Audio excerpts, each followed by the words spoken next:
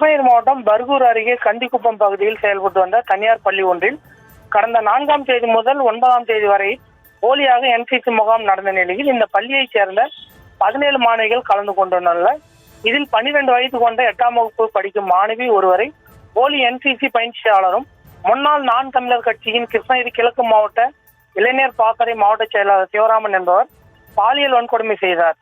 இவர் இது குறித்து தொடர்பான மாணவியின் புகாரை எடுத்து பர்கூர் மகளிர் காவல்துறையினர் வழக்கு பதிவு செய்து சிவராமன் மற்றும் தனியார் பள்ளி நிர்வாகத்தினர் மற்றும் இந்த வழக்கில் தொடர்புடைய 11 பேர் கைது செய்யப்பட்ட நிலையில் இதில் சிவராமனின் நண்பரான சுதாகர் என்பவர் தலைமறைவாக உள்ள நிலையில் தற்பொழுது அவரை பிடிக்க தனிப்படை போலீசார் தேடி வருகின்றனர்.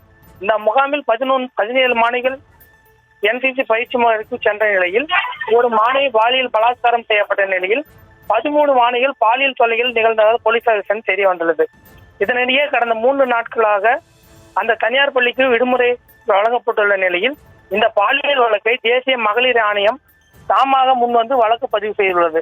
இது குறித்து தேசிய மகளிர் ஆணையம் வெளியிட்டுள்ள அறிக்கையில் தமிழ்நாட்டில் கிருஷ்ணகிரி மாவட்டத்தில் போலியாக என்சிசி முகாம் நடத்தி 13 மாணவிகள் பாலியல் வன்கொடுமைக்கு ஆளாக்கப்பட்ட விவகாரம் குறித்து ஊடகங்கள் வாயிலாக வெளியான அறிக்கையை தேசிய மகளிர் ஆணையம் தானாக முன்வந்து விசாரணைக்கு எடுத்துக்கொண்டது. குற்றம் சாட்டுபவர்கள் மீது உரிய சட்டத்தின் கீழ் வழக்கு பதிவு செய்து நியாயமான காலவரையான விசாரணை உறுதி செய்யுமாறு சென்னை டிஜிபிக்கு மகளிர் ஆணையம் உத்தரவிட்டுள்ளது.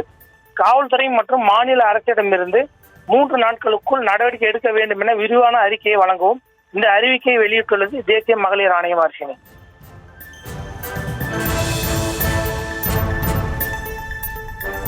விவரங்களை வழங்கியமைக்கு நன்றி மூவேந்திரன்.